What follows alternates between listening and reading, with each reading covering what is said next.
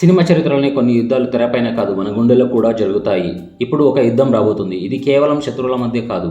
ఇది ఒక స్పై, ఒక యోధుడు, ఒక మనిషి ధైర్యం మధ్య జరుగుతుంది. ఈ కథలోని ఆ యోధుడు young tiger junior NTR Azad. ఒక మిషన్ కోసం పుట్టినవాడు. ప్రతి అడుగు, ప్రతి శ్వాస తన లక్ష్యానికి అంకితం. ఆజాద్ కళ్ళలోని ఆ గరగరల చూపు శత్రువు వెన్నులో గడ్డకట్టేలా చేస్తుంది. అతని అడుగులు పడితే నేల కంపిస్తుంది. అతని గుండె మోగితే ఆ మోగే శబ్దం యుద్ధానికి సంకేతం. అతని ఎదుట నిలబడ్డాడు స్టైల్ లెజెండ్ హృతిక్ రోషన్. కబీర్.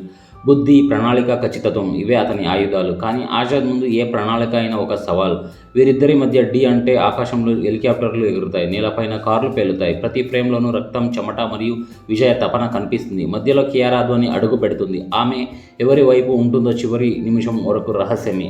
ఇది కేవలం సినిమా కాదు, ఇది ఒక యోధుడి కథ, ఆజాద్ కథ.